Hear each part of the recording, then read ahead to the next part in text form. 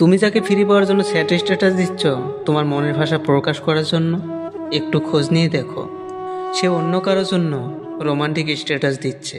এটাই রিয়েলিটি বস। এই শহরে সবাই বেটারটাই খোঁজে। অপেক্ষায় রইলাম, আমার ভালোবাসা যদি সত্যি হয় তুমি আমার জীবনে আবার ফিরে আসবে। যারা যারা আমাদের বিচ্ছেদ চেয়েছিল বা চেষ্টা করেছিল, তোমরা জিতে গেছো। জানি এতে সবচাইতে বড় হচ্ছিল আমার প্রিয় মানুষটার। কংগ্রাচুলেশনস, তোমরা জিতে গেছো। প্রিয়, তোমাকে পাওয়ার তীব্র ইচ্ছে নিয়ে একদিন আমার মৃত্যু হবে। তোমাকে পাইনি তো কি হয়েছে, ভালোবাসা দূর থেকেই সুন্দর। আমি না হয় তোমাকে দূর থেকেই ভালোবাসবো। আমি আজও ভালোবাসি, কালও ভালোবাসবো, এমনকি মৃত্যুর আগ পর্যন্ত বলবো তোমাকেই ভালোবাসি। হয়তো তুমি কখনো জানতেও পারবে না আমি তোমাকে কতটা ভালোবাসি। যদি চলার পথে কখনো দেখা হয় তাহলে চোখের দিকে তাকালে তুমি বুঝতে পারবে। বিচ্ছেদে দূরত্ব বাড়ে কিন্তু ভালোবাসাটা কখনো কমে যায় না।